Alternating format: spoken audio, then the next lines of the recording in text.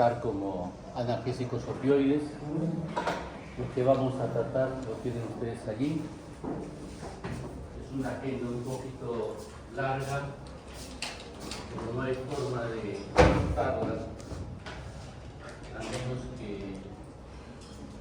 deseemos pasar por alto algunos conceptos que creo son de importancia para poder entender bien el tema.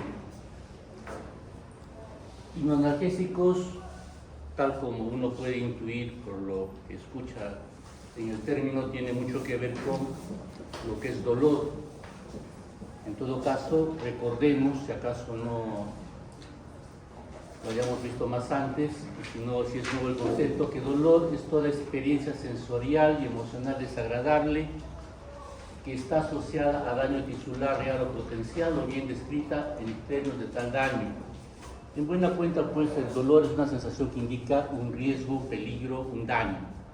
Pero también, si el dolor persiste y no hay remedio disponible para alterar su causa o manifestaciones, el dolor puede ser una enfermedad en sí misma. ¿Qué quiere decir esto? Que el dolor lo solemos conceptuar como un síntoma, una manifestación asociada, como ustedes pueden ver, a algo que está causando algún daño. Pero eventualmente, cuando no es posible realizar esta asociación, el dolor por sí mismo podría ser considerado como una enfermedad. Conceptos importantes para el manejo del dolor, dado que en la actualidad ya inclusive en los hospitales tienen unidades de tratamiento del dolor, que suelen ser manejadas básicamente por los anestesiólogos. Y en todo caso, recordemos que nocicepción consiste en la detección del daño tisular y está asociado a receptores capaces de poder captar precisamente esas señales de peligro o de daño, que puede estar tanto a nivel somático como a nivel visceral. A partir de allí entonces se genera la transmisión de un mensaje a través del sistema nervioso que permite tener en sí lo que es la sensación de dolor, que tendría que ser la respuesta a la nocicepción. Esta percepción o esta respuesta al dolor está generada en el sistema nervioso central, médula espinal y cerebro. ¿Okay? Para que haya dolor, ¿tiene que haber nocicepción? No necesariamente. Uno puede percibir dolor sin haber estimulado receptores nociceptivos. ¿Okay? Es un principio entonces a tenerlo muy en cuenta. La presencia de dolor causa en la persona una respuesta afectiva. Ya sabemos que afectivo no tiene que ver con lo sentimental, sino la forma en que uno reacciona. En este caso, el sufrimiento es la forma que el paciente, en forma muy particular, tiene para responder al estímulo doloroso. Hay personas que sufren más que otras ante un mismo estímulo. Unas personas son muy sensibles, por ponerlo de una manera, otras son muy estoicas, en el otro extremo. Cada persona reacciona de forma diferente. Su sufrimiento ante el dolor será diferente, y esto será necesario también considerarlo cuando ustedes manejen personas que están sufriendo dolor. Finalmente, todo esto conlleva a que el paciente o la persona desarrolle una conducta frente a lo que es precisamente todo aquello que signifique la posibilidad o la sensación de dolor. Estos conceptos entonces pueden ser muy importantes cuando uno maneja a una persona que está sufriendo dolor, ya sea como síntoma o en un extremo también, como dijimos, como enfermedad por sí misma. Para el manejo del dolor, además de lo que hemos mencionado, también es bueno considerar otros aspectos. Los aspectos fisiopatológicos, por ejemplo, nos van a centrar en hacer un buen diagnóstico. Y al hacer un buen diagnóstico podemos hacer un buen manejo, un buen tratamiento. Entonces, a partir de dolores nociceptivos, es decir, que lo podemos percibir cuando se activan receptores del dolor, podemos diferenciar dolor somático nociceptivo o dolor visceral nociceptivo. El primero, cuando los receptores son activados y son los que se encuentran a nivel de piel, músculos, articulaciones, vale decir aparato locomotor. En cambio, cuando se activan los que pertenecen a las vísceras internas, tenemos el dolor propiamente visceral, con sus diferentes manifestaciones, que nosotros cuando elaboramos la historia clínica, entonces podemos obtener esta información y poder hacer un diagnóstico más o menos preciso. Tenemos un dolor neuropático, donde no hay activación del receptor nociceptivo, sino obedece a lesiones que son propias en las fibras nerviosas. Es un dolor que, como ustedes pueden ver, tiene características diferentes y por lo tanto el abordaje del mismo también es diferente. Por ejemplo, acá cuando ustedes hablaban o estudiaban acerca de antidepresivos como agentes analgésicos, tienen buena cabida en este tipo de dolores, más no en estos, y viceversa. Analgésicos comunes que pueden tener buena utilidad en este tipo de dolor no lo va a hacer en este, ni tampoco en los dolores viscerales, que son, al comprometer vísceras huecas, por ejemplo, son mejor controlados con antiespasmódicos, ¿no es cierto? Bien, el dolor psicógeno significa que no hay una causa orgánica, por lo menos de forma aparente, y por lo tanto las manifestaciones son bastante difusas, y el manejo también podrá tener componentes de otro tipo. Y el dolor mixto, que involucra pues una mezcla de otros factores, va a ser pues un tipo de dolor muy común, sobre todo en cierto tipo de pacientes, que también es necesario considerar en lo que se refiere a su manejo. Otras formas de clasificar el dolor, en la parte serológica va a tener importancia de acuerdo a la duración, agudos, crónicos, y aquí los dolores crónicos tenemos que diferenciar los que se deben a causa cancerosa o no, o sea, oncogénico o no oncogénico. Tengan ustedes presentes, los dolores oncogénicos son dolores muy intensos.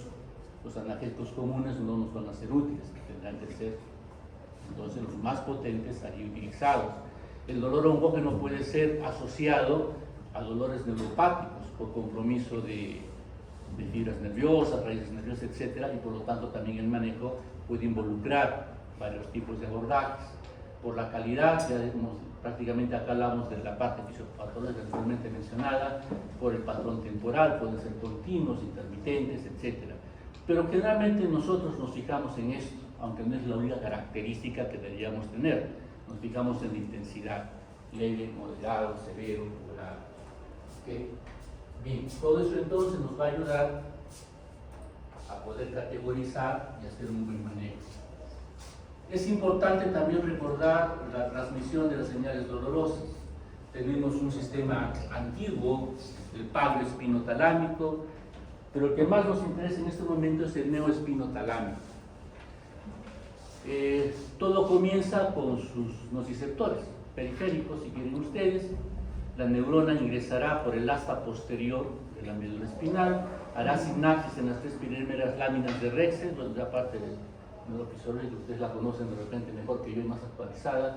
Allí una segunda neurona va a decusar la línea media y va a ascender por la parte lateral de la médula espinal, conformando el haz espinotalámico lateral, ¿no? Y del tálamo se proyectarán las fibras hacia la corteza sensitiva. Este haz espinotalámico, si bien conforma una segunda neurona que asciende hasta el tálamo, vean ustedes que va a proyectar diferentes derivaciones a diferentes sitios a nivel del tallo cerebral. Tenemos acá la protuberancia, tenemos el mesencéfalo y finalmente estructuras que van a estar presentes inclusive a nivel talámico y subtalámico. ¿Qué importancia va a tener esto? Que estas colaterales que van a ser dirigidas a ciertos lugares específicos del tronco cerebral va a permitir hacer una regulación de la señal dolorosa.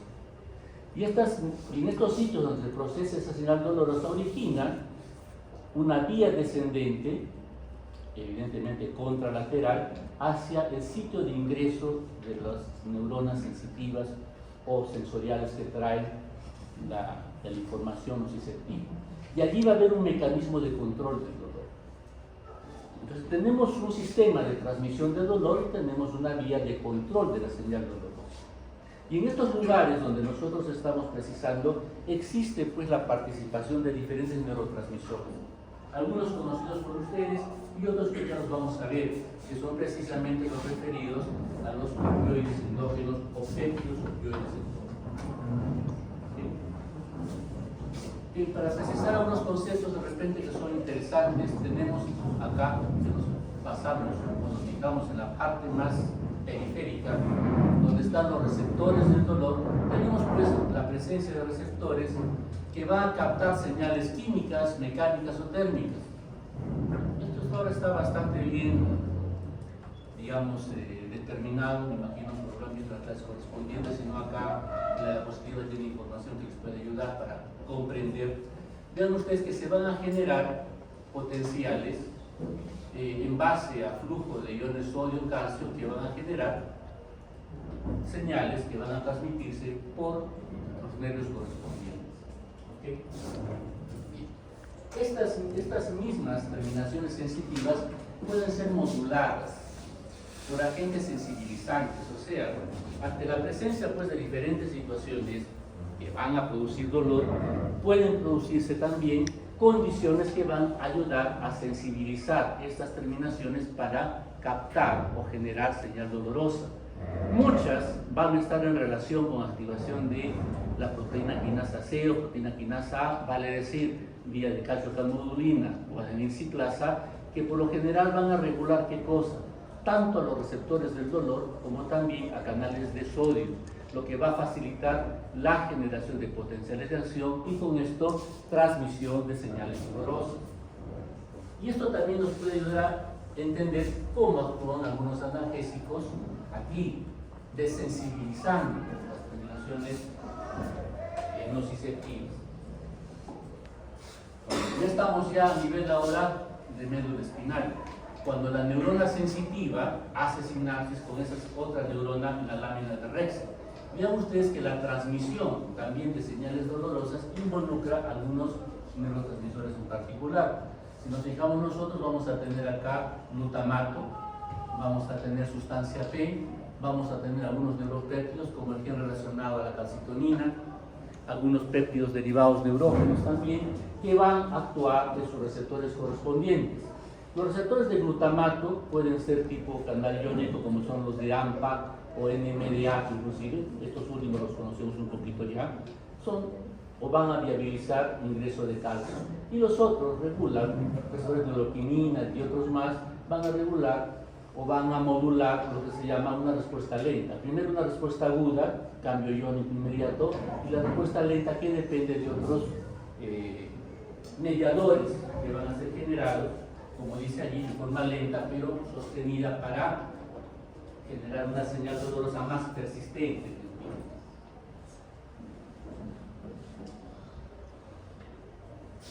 Y aquí tenemos también la posibilidad de diferentes sustancias que van a modular en forma inhibitoria la transmisión.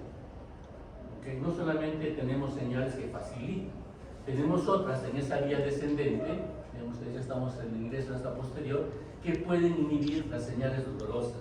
Y esta es una particularidad de nuestro sistema nervioso, porque si estuviéramos sometidos en forma, digamos, sin descanso a una señal dolorosa, pues sería incompatible con nuestra vida diaria. Por lo tanto, también necesitamos nosotros que se module el ingreso del dolor, y de ahí viene pues esa vía de regulación del dolor. Y ustedes van a ver acá sustancias conocidas como noradrenalina, como GABA, tanto para receptores tipo A como tipo B. Acá tenemos que incluir inclusive serotonina, y aquí también vamos a incluir los péptidos opioides endógenos. Tenemos todo un sistema de control del dolor, tanto en forma presináptica como en forma postsináptica. Entonces ahí es donde nosotros podemos encontrar también explicación cuando decíamos que clonidina, por ejemplo, a través de receptores alfa-2 presinápticos podía tener cierta actividad analgésica, o como aquellos otros agentes antidepresivos que podían modular a través de receptores presinápticos, noradrenérgicos o serotonérgicos, también podían modular la señal dolorosa. Estamos viendo allí cómo realmente participan. Claro que hoy día en particular nos vamos a fijar en lo que son los opioides endógenos. Bueno, tratemos con un poquito más de precisión algunas otras vías que están allí participando, especialmente para lo que es la sensibilización, o sea, la manera en que podemos modular el ingreso y transmisión de señales, donde a nivel de médula espinal. Entonces allí también ustedes van a encontrar un término bastante socorrido para explicar la acción de algunos analgésicos. Analgesia a nivel central, desensibilizan la transmisión a nivel central, pues de alguna manera pueden estar participando en esta línea.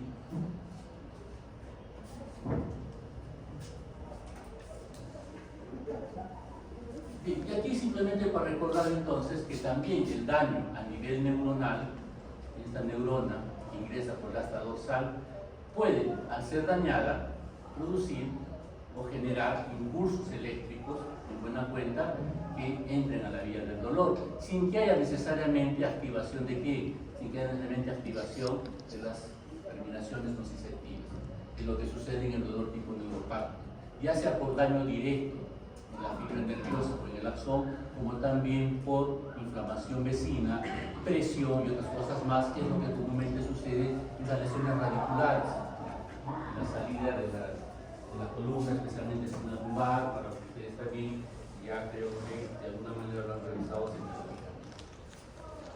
Bien, con todo esto entonces vamos a entrar a lo que es el manejo farmacológico del dolor, y para esto nosotros utilizamos como estrategia la escalera analgésica propuesta, entre otras cosas, por la Organización Mundial de la Salud, donde progresivamente vamos a ir utilizando analgésicos de mayor a menor actividad que pueden estar o no asociados con agentes coadyuvantes.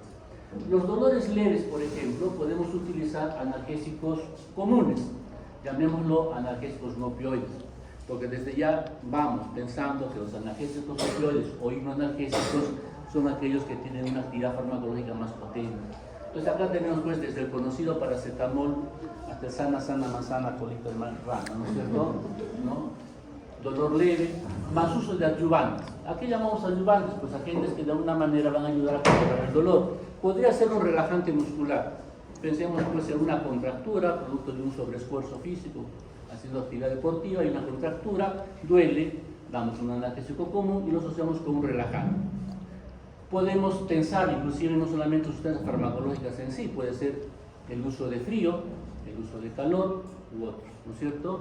Bien, si el dolor no fuera controlado porque es un dolor moderado, utilizamos analgésicos un poquito más enérgicos que pueden inclusive utilizar la combinación con opioides de menor intensidad o opioides menores, que pueden estar o no asociados a los anteriores analgésicos, asociados o no a los coadyuvantes.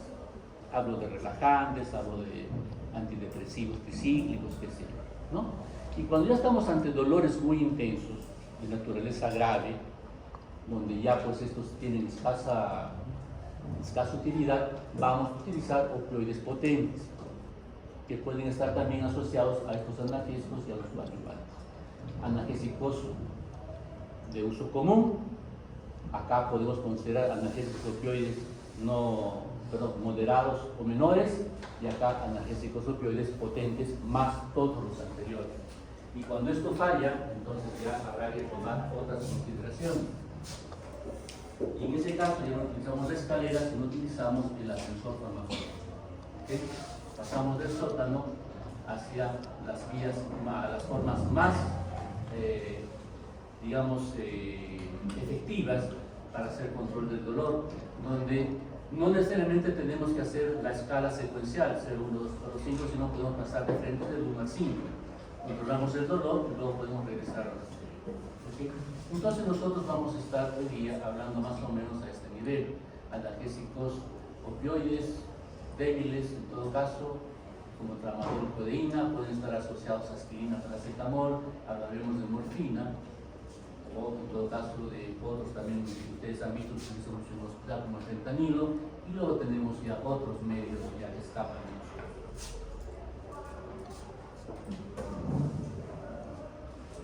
Decíamos hace un rato que una de las formas más comunes de poder categorizar el dolor es la intensidad, pero siendo el dolor algo muy subjetivo, ¿cómo sería la mejor manera de encontrar algo que sea, digamos, común para todos? Entonces, la escala análoga del dolor es lo que suele utilizarse. Desde una escala numerada, ¿no? 0 sin dolor, 10 para el dolor máximo que puede referir el paciente. Y cuando son niños utilizamos caritas, ¿no? O personas analfabetas podría ser el uso de caritas. Entonces, generalmente, como ustedes pueden ver, un dolor leve está entre el 2 y el 4, 4 y 5 es un dolor moderado, ya un 6 y 7 es un dolor fuerte, y ya más del 8 consideramos un dolor muy fuerte. o ya inclusive insoportables. Entonces esto indirectamente nos puede ayudar a decir que estamos ante un dolor que el paciente dice que es 2-3, lo podríamos resolver teóricamente con un analgésico común, digamos paracetamol. Hablamos de un dolor moderado a fuerte, de repente utilizar una combinación de analgésicos, utilizar un opioide leve o menor como es la codeína o tramadol, y si es muy fuerte utilizar morfina u otro medio. Entonces de alguna manera esto nos ayuda también a objetivar. Hay diferentes trabajos que necesito que ustedes pudieran revisar con un poquito más de calma, estamos interesados. Bien, con todo esto que hemos mencionado entonces, de forma rápida, pero suficiente, pasaremos a hablar ya de nuestro tema concreto, que son los analgésicos opioides. Esta cita de Thomas Sydenham es interesante, siglo XVII, ¿no es cierto?, donde decía: entre los remedios que el Dios Todopoderoso de compasión nos otorgará al ser humano para el sufrimiento ninguno es tan universal ni eficaz como el otro. Siglo XVII, ahí no se sabía nada de antibióticos, no se sabía nada de medicamentos, cómo actuaban, etcétera, etcétera. Simplemente la persona enfermaba y la mayor parte moría. Las personas que enfermaban, ¿qué sufrían? Sufrían dolor, ¿qué más? Sufrían tos, sufrían diarrea, lo más común. El opio, bendito sea, aliviaba el dolor, controlaba la tos y aliviaba la diarrea. Entonces, para la medicina de entonces, el opio resultaba uno de los instrumentos más importantes. Utilizado hasta no hace mucho, hasta el año 1970-75 todavía se encontraba, más o más, en 1980, ustedes podían ir a las farmacias y pedían elixir paregórico y se vendía como tal. El elixir paregórico es una tintura de opio que la fabricaban o la producían en las diferentes bodegas y farmacias, era parte del arte farmacéutico. Y en la actualidad pues ya no se encuentra.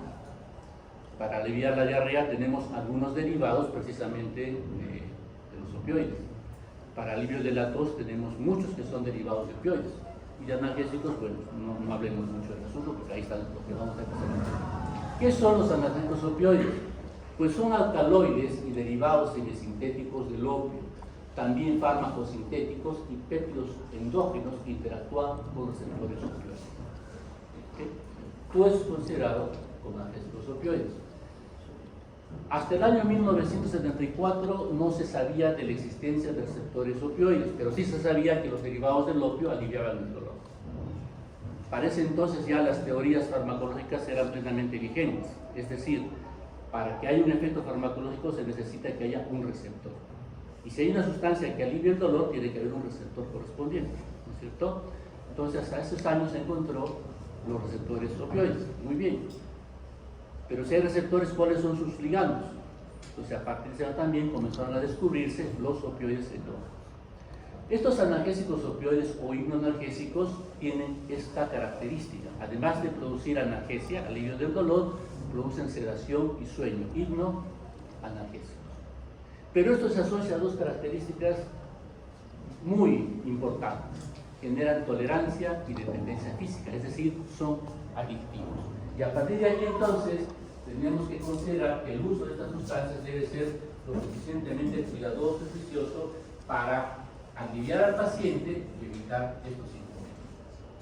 Lo cual ustedes verán o comprenderán al final de la clase que para el manejo de ciertas condiciones suele no ser de tanta importancia, porque está por encima la calidad de vida del paciente. Bueno, los péptidos opioides endógenos son considerados en sí mismos como opioides. Y ustedes pueden ver que la lista nos corta: endorfinas, morfinas, encefalinas, nociceptina, warfarina, que es la última que se ha descrito en los años 80 más o menos. Son péptidos, son derivados de proteínas precursoras que comparten algunas características en común, como en la parte N-terminal, estos aminoácidos, ¿no? Tirosina, glicina, fenilalanina, leucina y a veces metionina. Excepto la orfanina o nociceptina, que tiene un residuo de fenilalanina en lugar de tirosina al principio. Pero lo hace bastante común, lo que quiere decir que el sitio donde se unen en el receptor es bastante común a todos esos. Las endomorfinas es otra clase de opioides endógenos, tienen una secuencia diferente y son agonistas receptores MOP. ¿Y qué son receptores MOP? Entonces ya hablamos, vamos a hablar ahora, lo que sí es más importante, de los receptores opioides, los cuales tradicionalmente eran designados como mu delta kappa y actualmente los receptinos, pero ahora la tendencia es a hablarlos como receptores de tipo MOP, DOP y tau. ¿No? Todos estos receptores de opioides endógenos son receptores ligados a proteínas G, es decir, como han visto las figuritas, atraviesan 7 veces la membrana celular y tienen capacidad de interactuar con proteínas G de generación de mediadores o de segundos mensajeros. Para los interesados, pues, vamos a tomar el examen.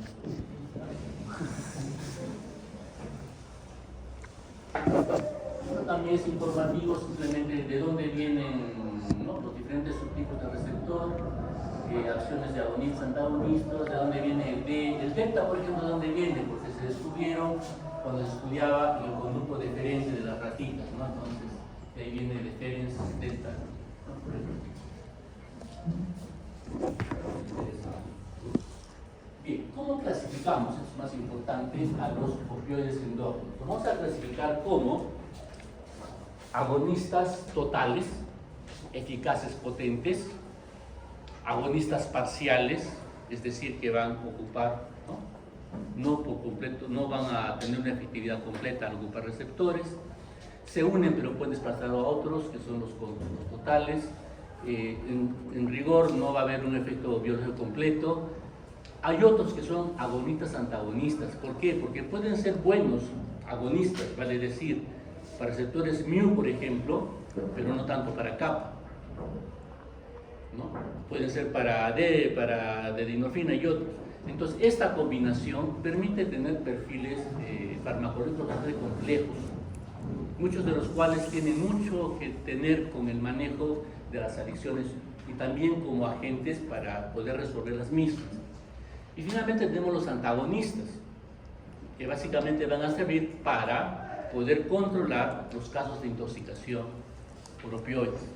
¿Okay? Entonces, la clasificación, debido al diferente número de receptores, es un poquito más complicada de lo que actualmente hemos visto, que son agonistas antagonistas, ¿no? El mecanismo de acción involucra acciones presinápticas como posinápticas. A nivel presináptico, cuando el agonista opioide ocupa el receptor presináptico, va a tener como característica bloquear los canales de calcio.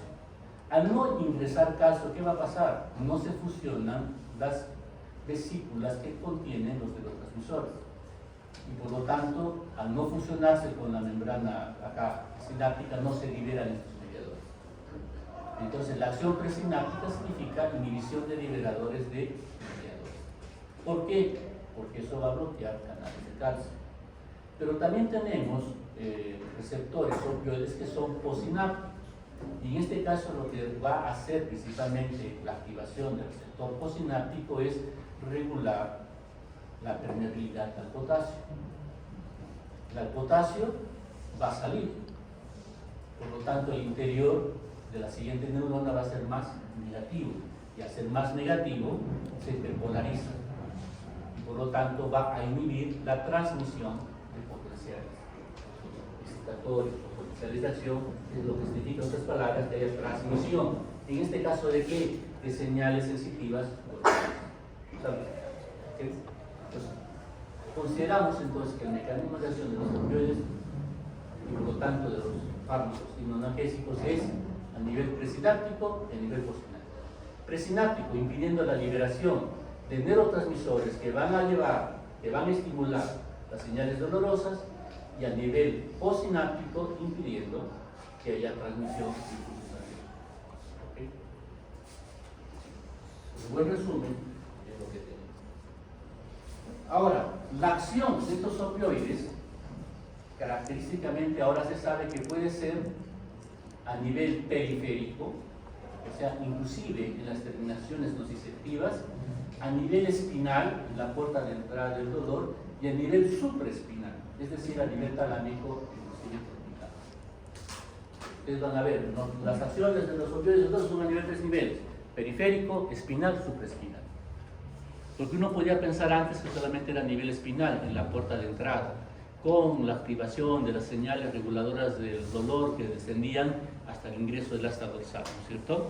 Pero no, se sabe que también ahora ocurre a nivel periférico, a nivel de receptores nociceptivos y también a nivel de tálamo y corteza cerebral. Y lo que es importante, que a nivel periférico tiene mucho que ver con las células que conforman las vías inflamatorias. Es decir, acá tenemos macrófagos, tenemos linfocitos que liberan o tienen receptores para opioides endógenos. Entonces, desde allí ya hay un sistema regulador del dolor. ¿Okay? Entonces, esto significa que nuestros opioides, nuestros analgésicos, van a tener pues, actividades variadas importantes que juiciosamente utilizadas nos van a llevar a hacer un buen manejo del dolor. Pero por otro lado también tenemos, como efecto indeseable, lo relacionado con los fenómenos de habituación que conducirán finalmente en el sistema nervioso central a lo que son las adicciones. Entonces aquí también se ha visto que todo el sistema de arrespinas y otros mediadores, bueno, otros sistemas de control, de sensibilización y desensibilización de receptores tienen lugar a nivel del sistema nervioso central, que pueden estar involucrados con respecto a las respuestas a corto y a largo plazo a los opioides en esas vías y en esos centros correspondientes, ¿no? En nuestro medio, el problema de la adicción y manejo por opioides es mínimo. Nuestro problema es cocaína, ¿cierto? Y mucha menor proporción la marihuana, el cannabis. Pero en Estados Unidos y Europa la adicción por heroína y otros derivados opioides es importante. Entonces allí en sus libros inclusive encontrar capítulos completos para que tratan sobre el manejo del paciente que es adicto y su manejo con respecto a la adicción por opioides. Bien, el opio, recuerden ustedes, es el látex que se extrae de la cápsula de la adormidera, de la amapola, que se ha desecado, o sea, se ha dejado secar y luego se ha triturado. Ese polvo es el opio. A partir de ese opio, uno extrae diferentes alcaloides, sustancias orgánicas, naturaleza básica, ¿no es cierto? Entre los diferentes alcaloides, porque son un montón los que tiene el opio, el más importante es la morfina, y es el patrón, si quieren ustedes, de los diferentes hipnoanalgésicos. La morfina va a tener acciones en sistema nervioso central y también a nivel periférico, sobre todo a nivel de músculo liso y algunas glándulas.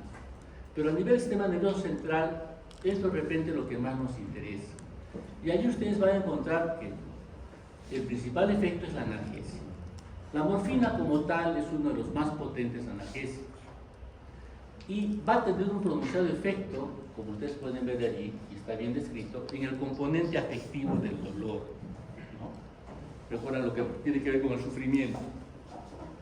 Bien, se dice, por ejemplo, que el paciente con dolores intensos y que recibe morfina siente el dolor, pero no le importa. Ya está. Tengo dolor, pero lo tolero, lo soporto. Entonces es una característica importante. Digamos que cuando el dolor es muy intenso, la morfina de repente no lo va a anular, no lo va a resolver, pero la forma en que el paciente reacciona es totalmente diferente. Hay cierta indiferencia, entre comillas, al dolor. El paciente puede tener una sensación de euforia, ¿no? Menos frecuentemente disforia, o sea, de malestar. Y esta disforia se dice, la va a sentir el paciente, uno, cuando no tiene dolor, y dos, cuando se expone inicialmente a estos derivados opioides. Entonces, esta sensación de euforia y bienestar es la que, de alguna manera, está relacionada con las adicciones, ¿no? A principios del siglo XX, en el Perú, en Lima, concretamente, había los fumaderos de opio, ¿no? La gente iba allí a fumar opio, de alguna manera pues a aislarse, superar sus malos momentos, característico. Bueno, la sedación, hipnoanalgésicos, pues en sedación, inducción del sueño, un sueño de fácil despertar, y puede haber interrupción de los patrones propios del sueño, especialmente el sueño de movimientos rápidos. La morfina y otros analgésicos pueden ser proconvulsivos, lo cual significa tener cierto cuidado. Característicamente son depresores respiratorios, deprimen el centro respiratorio, y la disminución de la capacidad respiratoria se da especialmente en la frecuencia respiratoria. De tal manera, como verán posteriormente, el paciente intoxicado por morfina u otros analgésicos puede tener una frecuencia de 4 o 6 por minuto, a diferencia de las 16 a 18 que puede ser una frecuencia normal. Es una característica muy importante. El otro aspecto resaltante es la miosis que produce. Una miosis puntiforme que también es característica, junto con la depresión respiratoria, de la intoxicación, por ejemplo. Produce náuseas y vómitos, por lo menos durante las primeras aplicaciones o administraciones de medicamentos. Después generará tolerancia. Rigidez de tronco es una característica muy importante, tanto así que puede limitar la capacidad ventilatoria del paciente. En animalitos menores, la rigidez de tronco es que se da por estimulación de ciertos centros espinales, es característica y que se puede utilizar para hacer un dosaje de los opioides. Cuando se hacía prácticas de laboratorio era común hacer esta demostración. Ya no se hace eso, ¿no? Pero digamos históricamente la morfina para el ser humano es sedante, pero para otras especies animales es estimulante. Por ejemplo, se dice que a los gatos les inyectan morfina y tienen ustedes que escaparse porque si los agarran los hacen tiras, ¿no? Porque se estimula de tal manera que se pone muy agresivo. Y en los caballos de carrera los hacía correr más rápido. Entonces una forma de hacer topaje en las carreras de caballos, pues en el siglo XIX, era administrar morfina al caballito y volaba, ¿no? Bueno, entonces ¿qué se hacía? Se hacía ya algunos controles de antidoping rudimentarios. Después de la carrera se recogía la orina de los caballos y esta orina se inyectaba a los ratoncitos. Cuando el ratoncito entonces paraba la colita, era un signo de rigidez, no de tronco.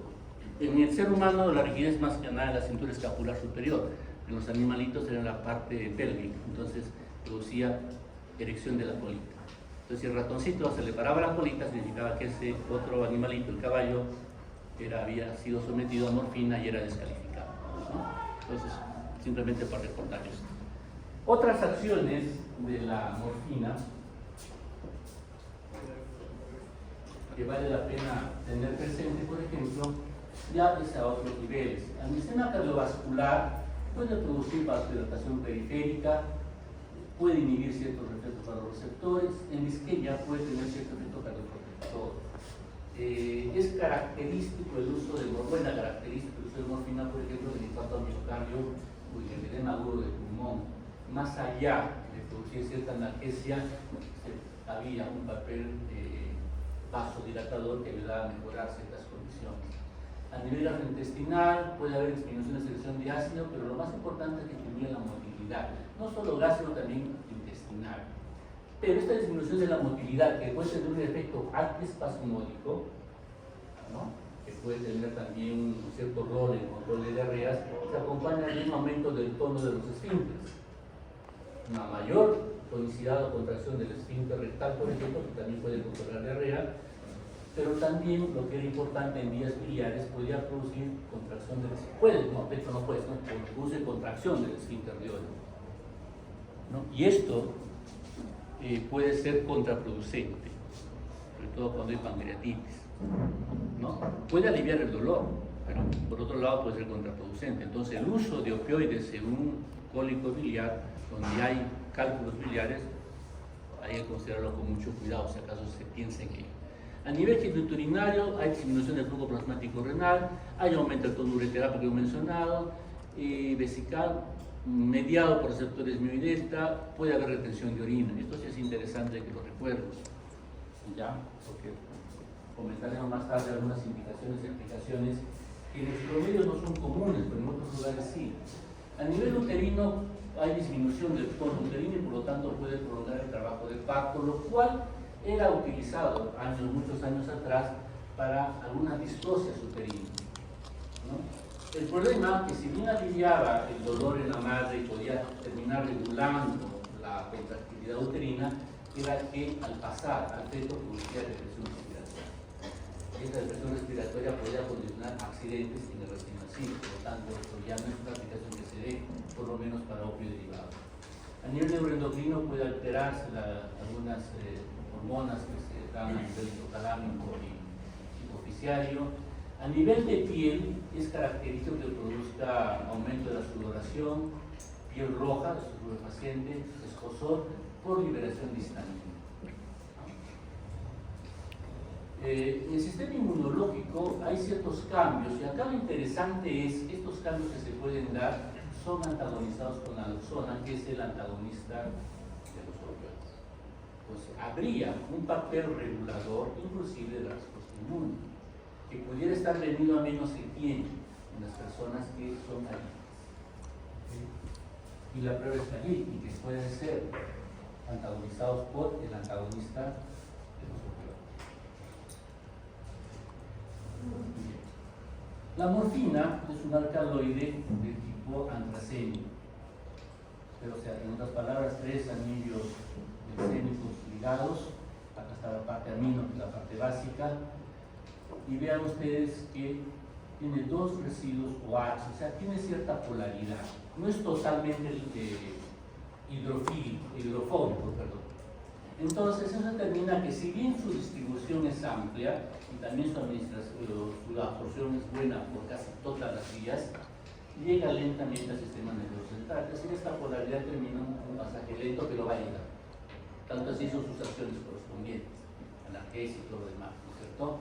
El metabolismo es hepático, como ustedes pueden ver, por conjugación en estos lugares, en el hidroxilo 3, hidroxilo 6, en ambos. Lo que es interesante es que el glucurónido 6, o sea, cuando acá añade su ácido glucurónico, tiene actividad analgésica, persiste la actividad analgésica, por un tiempo mayor al tiempo de vida de la misma morfina. Entonces, cuando el paciente recibe morfina a largo plazo, parte del efecto mantenido es debido a la persistencia del glucurónido. Y lo que resulta todavía más interesante es que el glucurónido 3 más bien produce dolor. O sea, a pacientes que le dan morfina y el alivio del dolor no es como ustedes esperarían. De repente toda la actividad en esos pacientes es una actividad del glucurónido 3 por encima normal, lo que termina, lo que dice acá, el efecto paradójico. ¿Okay? La eliminación en la orina de los glucurónidos correspondientes. Hay circulación interhepática, en el sentido que los glucurónidos pueden pasar a la bilis, en la bilis por acción de la flora bacteriana, hidrolizar y ser absorbidos intestinalmente y dar círculos allí, ¿no es cierto? Lo que determina una persistencia en el organismo y efectos también que pueden ser más o menos prolongados. Si bien la morfina es el principal analgésico, tenemos otros.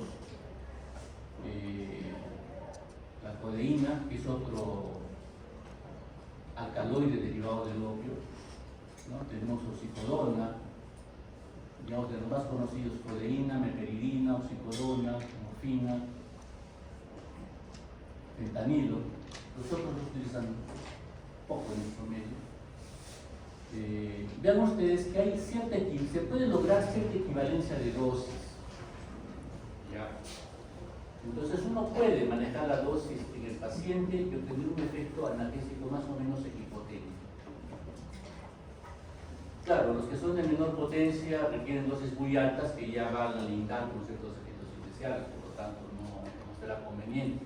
Y en todo caso la intensidad del dolor de la acción analgésica puede no ser suficiente. Pero de alguna manera es posible combinar, sobre todo aquellos que son más o menos potentes, como serían oxicodona, meperidina y morfina. Entonces esta tablita de alguna manera les puede ayudar, ¿no? Por ejemplo, vamos a ver morfina.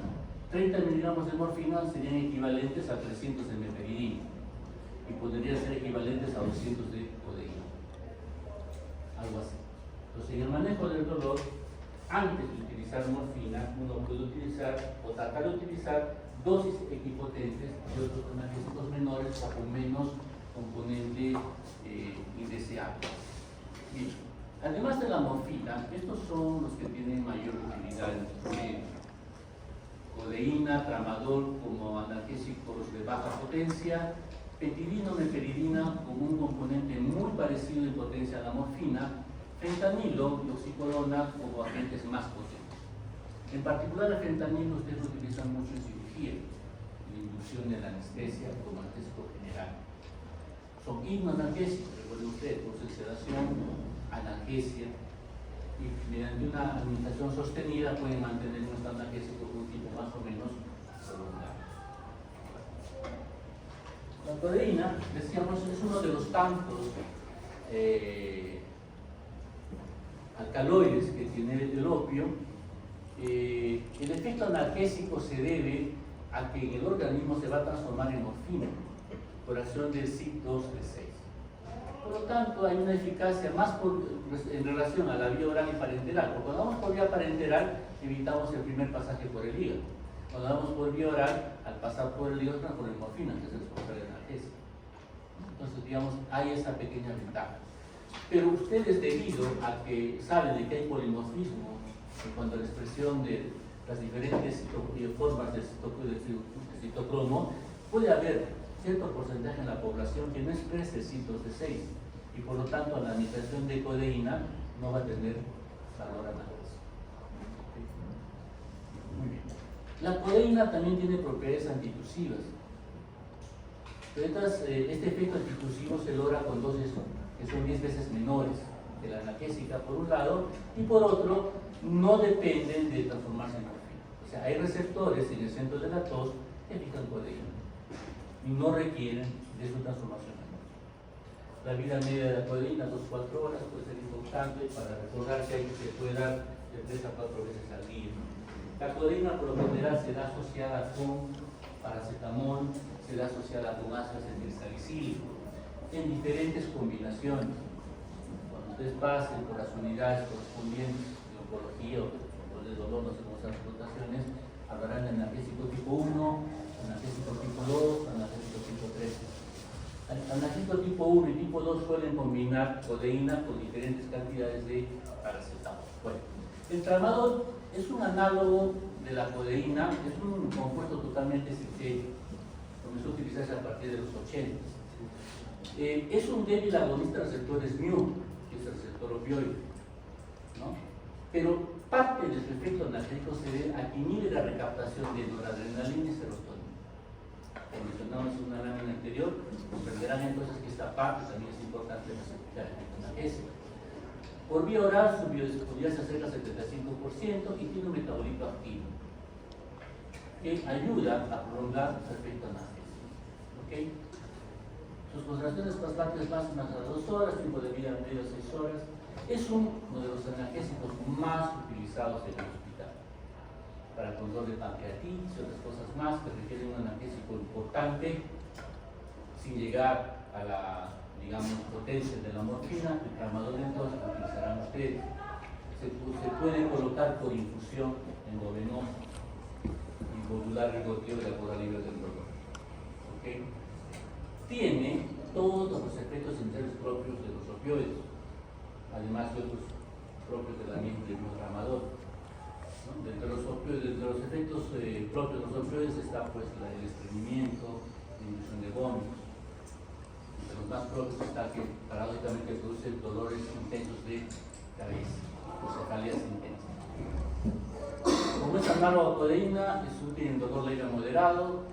Se utiliza en las distocias del parto porque no produce depresión respiratoria importante en el neonato. Es lo que ha reemplazado a la morfina o a la meperidina en la analgesia de parto. Aún así, ya no se utiliza mucho. La petidina o meperidina es un analgésico importante, potente de receptores opioides. Es de menor potencia que el opio. Hablamos de potencia farmacológica, es decir, la cantidad de medicamentos, pero en cuanto a afinidad o acción sobre receptores, es un analgésico potente. Tiene un problema, que tiene un metabolito, la norpetidina, que es tóxico, neurotóxico. Y esta norpetidina o normepiridina tiene un tiempo de vida medio largo, es decir, tiende a acumularse. Por esta razón, entonces, no se usa petidina o meperidina para el manejo del dolor crónico. Es decir, en un paciente con cáncer no van a utilizar petidina. ¿Por qué? Porque su uso determinaría acumulación del metabolito tóxico con las complicaciones correspondientes. ¿Dónde vamos a utilizar petidina entonces? En dolores intensos pero de corta duración. La petidina es uno de los analgésicos más utilizados pues, en tiempos de guerra, ¿no es cierto? Morfina, petidina, están entonces los preferidos, que son para tiempos cortos. Algunos procedimientos en la neuroleptoanalgesia, por ejemplo. En la neuroleptoanalgesia uno combina, entre otros, petidina o meperidina con un neuroléptico, y eso proporciona un grado de sedación y analgesia consciente que permite, digamos, aliviar el dolor del paciente con cierta indiferencia. Los efectos adversos: estreñimiento, retención urinaria, depresión respiratoria, la sedación, convulsiones, son todos comunes entre los opioides. La petidina tiene interacciones importantes con inhibidores de la monoamina oxidasa. Entonces hay que evitar su uso conjunto. Dextrometorfano es un derivado. El isómero dextro es uno de los antitusivos más utilizados. El isómero levo, el levometorfano, es un analgésico opioide de alta potencia. Vean simplemente la diferente orientación en el espacio condiciona efectos diferentes, ¿no? Inhiben la captación de serotonina, entre otras cosas, lo cual va a tener efectos importantes en cuanto a la respuesta del paciente. El fentanilo es un agonista mu, 100 veces más potente que la morfina. Se puede administrar en parches. Al ser más potente se puede utilizar en infusiones muy diluido, lo que va a tener una amplia utilidad, sobre todo en la anestesia conducida por el paciente, la analgesia, conducida para el paciente. Cuando el paciente cursa con cuadros dolorosos muy intensos y en esa escala moderada, en esa escala del dolor, ¿no?, secuencial, uno sigue, puede encontrar ya momentos en que el control requiere medidas más, digamos, complicadas. Entre las posibilidades está la infusión mediante bombas de analgésicos, como el fentanilo. Otras veces se puede colocar un catéter intratecal, ¿no?, donde el paciente por sí mismo se va dosificando la cantidad de acuerdo al dolor que sienta del analgésico. Esa es la analgesia conducida por el paciente. Un catéter subcutáneo, un catéter endovenoso, un catéter intratecal. El paciente siente el dolor, se inyecta un poquito. Entonces, como el fentanilo es muy potente, uno puede utilizar diluciones grandes, de tal manera que producimos efecto analgésico, y si el paciente se da un poquito más, no corremos el riesgo de que caiga en intoxicación. ¿Okay? Esa es la ventaja de ser muy potente y utilizar, digamos, diluciones importantes. L'oxicodona es otro derivado muy utilizado, sobre todo en pacientes de manejo de cáncer u otros estados dolorosos de difícil manejo, como podrían ser inclusive en un paciente con osteoporosis, una fractura de una vértebra a nivel dorsal o cervical, ¿no?, colapso de la vértebra por ese dolor, una fractura patológica, dolor y movilidad. Entonces allí los psicodonas, sin llegar a la morfina o fentanilo, puede ser útil para controlar. Bueno, es un derivado semisintético. En realidad va a sufrir una transformación hepática con oximorfona, que es muy potente, agonista de receptores mu, ¿no?, o MOR. Su reacción de efecto factores es glucurosa. Químicamente tiene mucha semejanza con morfina.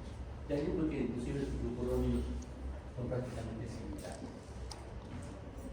Bien. Indicaciones de los opioides en general. La analgesia, pues, es la condición sine qua non, ¿no es cierto? Edema agudo del pulmón, una indicación clásica, creo que ahora ya no es tan importante como se utilizaba antes. En la medicación preanestésica, en particular el fentanilo, sulfentanilo, que son los derivados correspondientes. Manejo de tos y diarrea, los opioides en sí ya no. Para la tos, el dextrometorfano; para la diarrea, el alloperamida, ¿no? El alloperamida en particular actúa sobre receptores opioides en el tracto intestinal, y de esa manera disminuye la motilidad, aumenta el tono de los esfínteres y hace control de la diarrea.